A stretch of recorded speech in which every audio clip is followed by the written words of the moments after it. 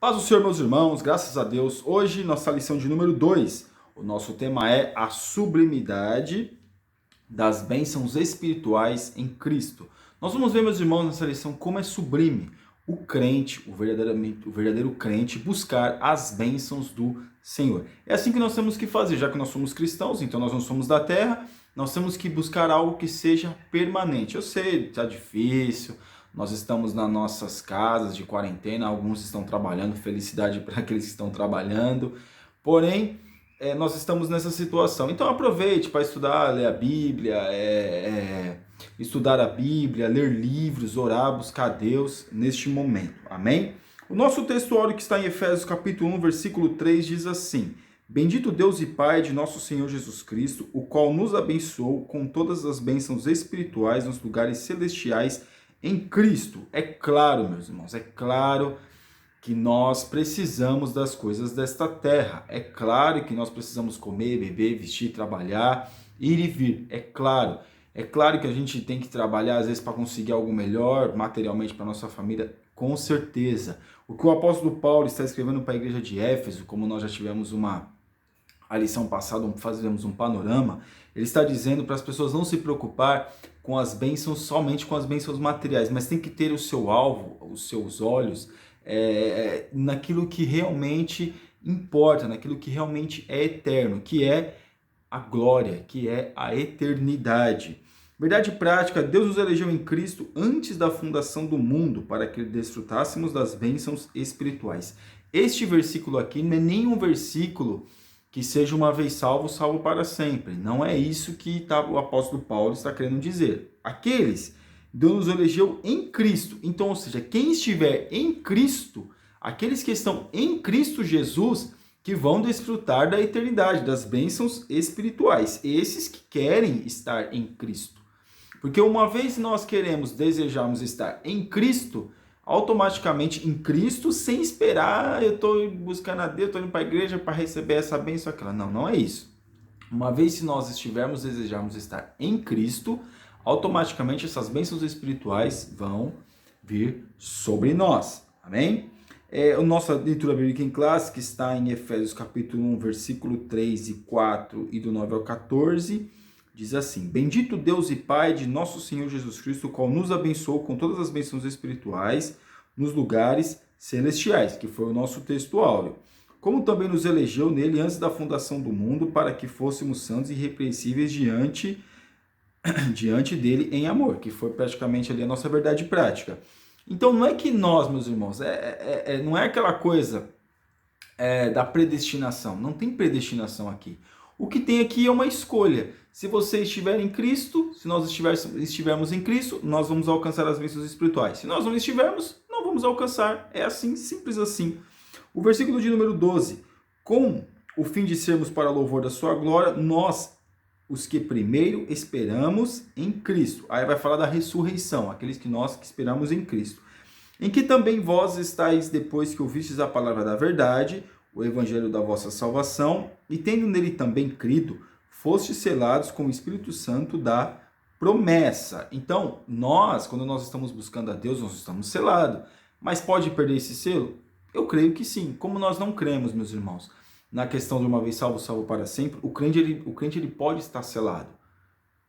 E se ele não vigiar, ele pode perder este selo, ele pode perder. A nossa vida assim, nós podemos perder. O ladrão vê o quê? Não foi para matar, roubar e destruir? Tem alguém que é imune ao ladrão nessa terra? Não tem, mas nem os mais bilionários têm condições de estar imune ao ladrão. Todos podem ser roubados, e ainda mais na questão espiritual. Qual é o penhor da nossa herança para a redenção da nossa possessão de Deus para o louvor da sua glória? Então o penhor, nós vemos aqui que é aquilo que nós depositamos, deixamos alguma coisa penhorada para receber algo. De que forma que nós podemos dizer? A nossa vida, meus irmãos, tem que estar penhorada em Cristo Jesus. É dessa forma que nós temos que entender. Nossa vida estar penhorada em Cristo Jesus não é que é uma troca, não é uma troca. Aquilo que Deus fez por amor por nós também estamos dispostos também a fazer para Deus ou para a glória de Deus por amor. A nossa introdução. Nesta lição vamos abordar a grandeza, a excelência, a perfeição do projeto divino para conceder bênçãos espirituais aos seus escolhidos. colhidos. Irmãos, não tem nada de material nesta carta. Claro, precisamos comer, beber, vestir, com certeza. Mas o Senhor Jesus, quando ele veio a essa terra, ele veio revelar para nós as maravilhas espirituais que o homem pode sentir. Como sentir a presença do Espírito Santo continuamente. É isso que nós vamos ver nessa lição. O apóstolo Paulo, quando ele escreveu a carta aos Efésios, era isso que ele estava direcionando a sua epístola, para as pessoas terem um entendimento acerca da espiritualidade, não ficar preso ao material. Claro, todo mundo está preocupado com a economia, estamos preocupados com o que vai ser daqui para frente, mas o crente ele tem que estar o quê? Tranquilo numa coisa: se ele ficar, é bênção, e se ele for, é melhor, é maior bênção ainda. É isso que nós temos que entender. Se for o fim, melhor para o crente. Agora, aqueles que não querem o fim são aqueles, meus irmãos, que não querem desfrutar das bênçãos espirituais. Claro, é melhor estar aqui, temos familiares, temos tudo, mas nós estamos caminhando para o fim. Não tem como nós fugirmos dessa realidade. Aqui, uma nova posição em Cristo. No passado estávamos perdidos e condenados à morte eterna, mas por sua infinita graça, Deus nos outorgou em Cristo o privilégio da salvação. No passado nós tínhamos medo de morrer. As pessoas tinham medo de morrer. Eu vou morrer, meu Deus, o quê? Hoje não é que nós vamos procurar a morte. O crente não fica mais incomodado com a questão da morte. Quando se fala em morte, para o crente não existe morte. Para o crente existe a vida. Então, quando nós vemos às vezes as pessoas, coitado, ele foi ou ela foi, meu Deus, a pessoa já tem 70, 80 anos, a pessoa morreu e já foi, coitadinho dela. Não tem coitado. Porque ela foi, se ela estiver em Cristo Jesus, ela foi e vai desfrutar das bênçãos espirituais. Aqueles que ficarem ainda estão na luta ainda para conseguir chegar lá. Amém? A doxologia. Após expor os versículos da abertura da epístola, o apóstolo Paulo apresenta uma sequência de texto que se caracteriza pela verdadeira adoração e bondade ativa de Deus. Foi o texto que nós lemos na leitura bíblica em classe. Então, nós vemos que ele vai se revelando acerca das coisas que ele está fazendo.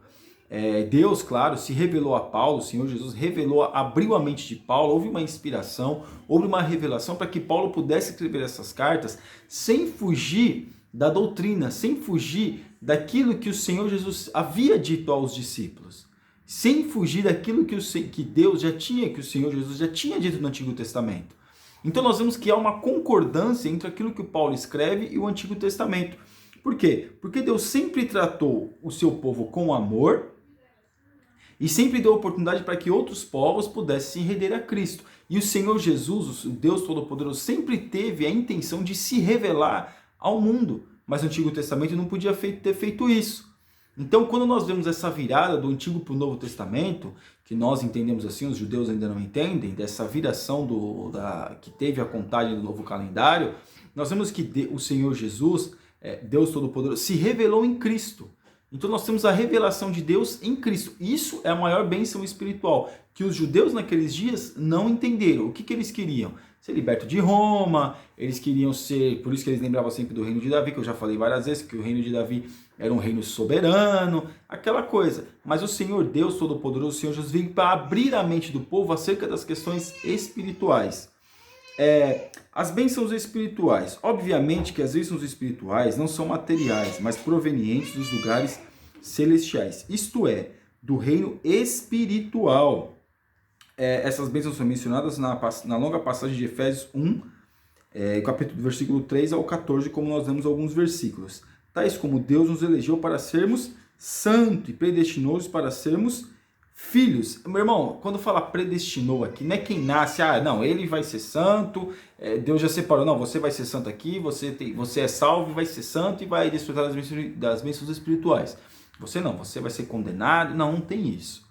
Se nós estivermos em Cristo Jesus, nós estamos predestinados a alcançar as bênçãos espirituais. É assim que nós entendemos. Por quê?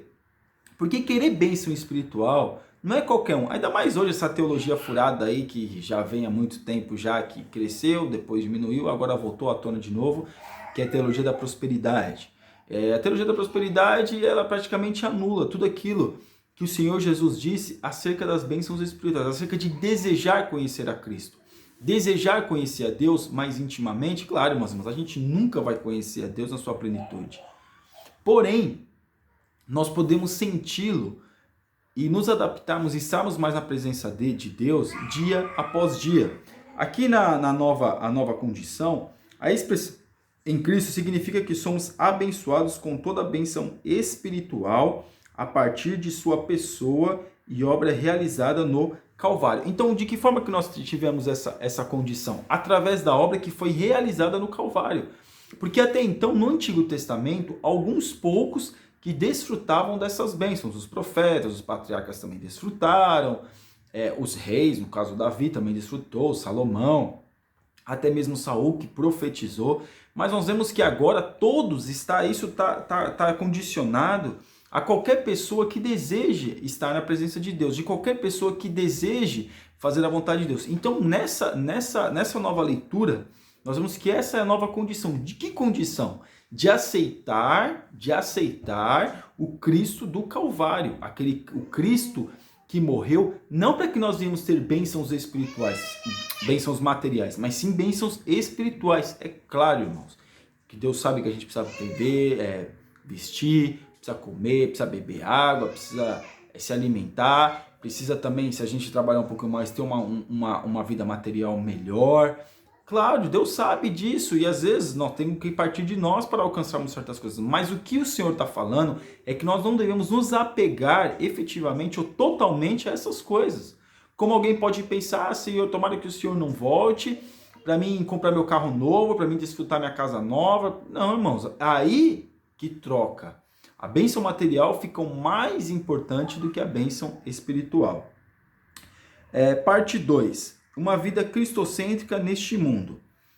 Embora o pecado tenha adentrado ao mundo, Deus projetou a primazia de Cristo na remissão dos pecadores, na restauração de todas as coisas para o louvor de sua glória. Então Deus, o Senhor Jesus, quando ele veio a este mundo, ele veio restaurar o quê?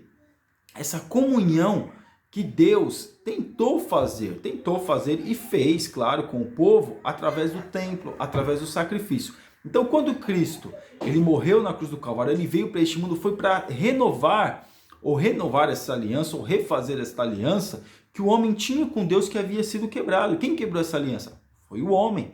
E agora o Senhor Jesus veio restaurar e ainda veio acrescentar. Qual foi o que o Senhor Jesus acrescentou? O Espírito Santo. Quando ele disse, olha, eu vou para o Pai, mas ficará o Consolador, o Espírito Santo, que convence o homem do pecado.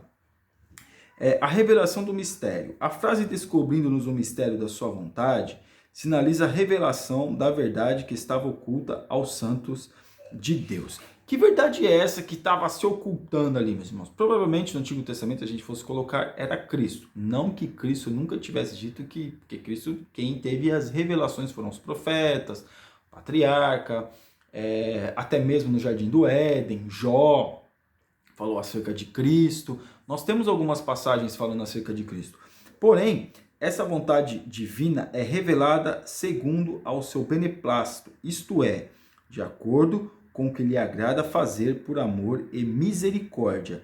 O que Cristo fez por nós? Ele teve misericórdia das nossas vidas. Irmãos, qual que é a bênção espiritual que nós temos que desejar? É a paz.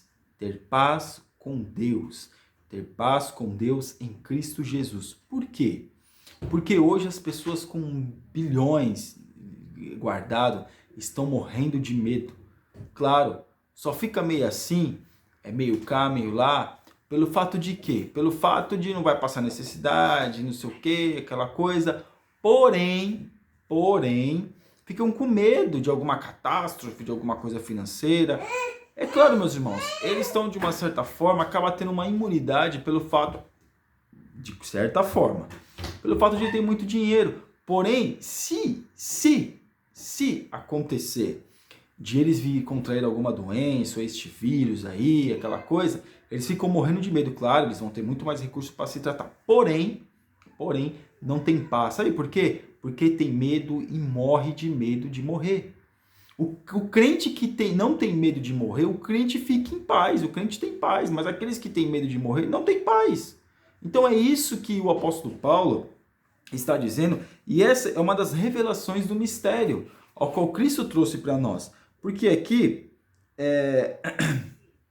Sua vontade foi executada conforme o seu desígnio por intermédio de Cristo, para que o Filho em tudo tivesse a preeminência. Ou seja, tudo que foi feito na Bíblia, tudo que gera este mundo, tudo, a preeminência é para Cristo, a preeminência é Cristo. É Cristo, é o desígnio de intermédio de Cristo para que o Filho em tudo tivesse a preeminência, que tudo envolve Jesus, tudo é Jesus, irmãos, a Bíblia é Jesus. É isso que nós temos que ter. E o único que pode nos trazer total paz e tranquilidade, é claro, nós temos preocupações, é claro, mas a grosso modo nós temos paz, porque nós temos Cristo Jesus, nós estamos ligados nas bênçãos espirituais. A plenitude dos tempos. Paulo revela que o plano de vida é fazer convergir em Cristo todas as coisas. Isso inclui tudo o que foi criado por Cristo, para Cristo e o que subsiste em Cristo. Então o apóstolo Paulo, tudo aquilo que está acontecendo hoje, todas as coisas que estão se revelando, está revelando cada vez mais a Cristo. Mesmo que hoje, meus irmãos, existem milhares de ateus, mas a gente vê Cristo, cada dia mais, ele se revelando na humanidade. Como?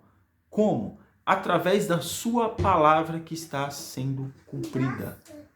Através da sua palavra que está sendo cumprida, nós estamos vendo mais do que nunca Cristo na humanidade. Mesmo que muitos podem querer ocultar isso, pode dizer que isso é uma coisa que está acontecendo que é normal. Não, não é normal. O que está acontecendo é Cristo se revelando à humanidade, dando a oportunidade para que a humanidade possa vir a se arrepender. Amém? Parte 3 do tópico 2. O louvor da sua glória. O apóstolo enfatiza que as bênçãos são destinadas aos crentes judeus e gentios. A igreja Paulo muda do pronome. Paulo muda do pronome nós, ele, os judeus, para o também vós, gentios. Então, Deus, a bênção, claro, veio. Deus, Jesus nasceu judeu, nasceu ali em Nazaré, nasceu em Belém da Judéia, viveu em Nazaré, rodou, como a gente pode dizer, né? Ele teve vários lugares ali em Jerusalém, vários lugares ao redor também, algumas ilhas, como nós vemos a Gadara, que não fazia parte exatamente, porque aquelas pessoas, eles tinham o costume de consumir carne de porco, o judeu não come carne de porco. Porém, nós vemos o quê? Que essas bênçãos são destinadas a todos. De que bênção? As bênçãos espirituais. Mas que bênçãos espirituais é essa, irmãos? Sabe qual que é, irmão?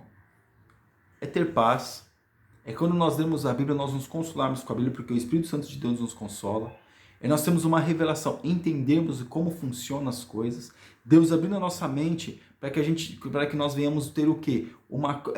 Compreender o reino de Deus.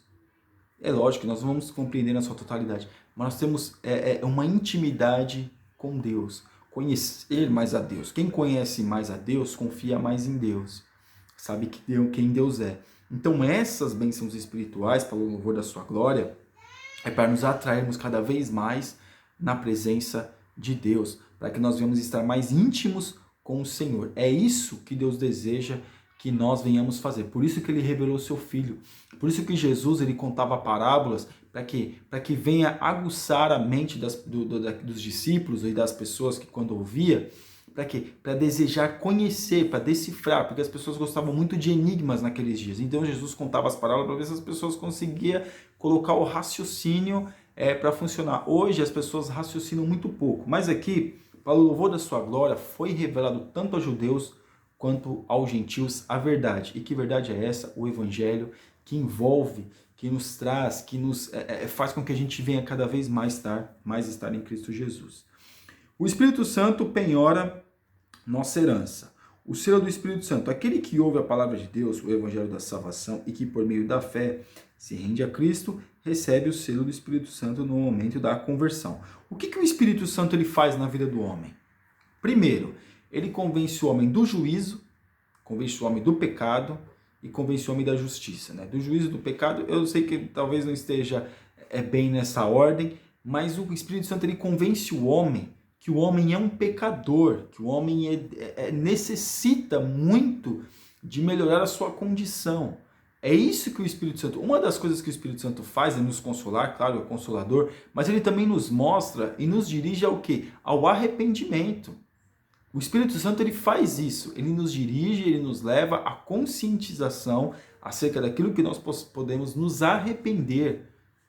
É isso que Deus, o Senhor Jesus, Ele quer fazer nas nossas vidas, que a gente venha ter uma mentalidade de arrependimento. Mas não é só o novo convertido que tem que ter essa mentalidade. Aquele que é mais tempo de igreja também tem. Mas aqui, nós estamos falando do quê? Do Evangelho. Quando a pessoa aceita Cristo, ela já começa a ver necessidade de mudança na sua vida. O penhor da nossa herança. O termo grego, ahadon, pode ser traduzido como depósito, penhor, garantia ou ainda primeira parcela. Qual foi o penhor? Aqui quando fala o penhor do Espírito, é que nem nós estamos falando acerca da nossa vida. O que foi dado para nós? O penhor foi o Espírito Santo. O Espírito Santo foi dado a nós como uma garantia que Cristo ele estaria conosco todos os dias. E de que forma que nós vemos Cristo se revelando? Através do Espírito Santo de Deus. É dessa forma que nós sentimos Cristo se manifestar na nossa vida. É desse jeito. E aqui, isso não quer dizer que o crente está salvo para sempre, independentemente de sua conduta, mas que a redenção está validada aos eleitos em Cristo que permanecem fiéis. É aquilo que eu estava falando. Isso não quer dizer que o crente ele é salvo para sempre. Não, isso é um penhor, isso é uma garantia que Jesus, como Jesus disse, olha, estarei convosco até a consumação dos séculos. Então, ou seja, fique firme, busque a Deus, fale com Deus, esteja na presença de Deus, estejam fiéis em Deus. É isso que nos atrai cada dia mais estarmos na presença de Deus. E a nossa conclusão. Nessa porção da Epístola aos Efésios, o plano divino revelado resulta na reconciliação do ser humano com Deus, por meio de Cristo e na restauração de todas as coisas visíveis e invisíveis. Ambos, os propósitos devem redundar em louvor e glória ao Deus eterno. Na plenitude dos tempos, todo o desígnio divino estará plenamente executado. É o que está acontecendo nos dias de hoje. Todo o desígnio de Deus está sendo executado. E de que forma? Na sua palavra. Quem é a palavra? É Jesus. Então está tudo sendo executado em Jesus, através da palavra que nós cremos que é o Senhor Jesus. Então está tudo sendo executado, tudo está acontecendo. O que resta para nós, irmãos? O que resta para nós? Ah, mas será que isso vai passar? Irmãos, mesmo que isso passe e venha uma bonança, não sei, ninguém pode dizer que Jesus vai voltar amanhã ou depois, daqui 20, 10 anos, 5 anos, não. Isso é um erro, querer marcar a data para a volta de Cristo. Mas uma coisa nós temos que ter a certeza. Quanto mais os dias estão passando, mais a volta do Senhor Jesus está perto. Amém? Você ainda que não é inscrito no nosso canal, está convidadíssimo a se inscrever e que Deus te abençoe em nome de Jesus.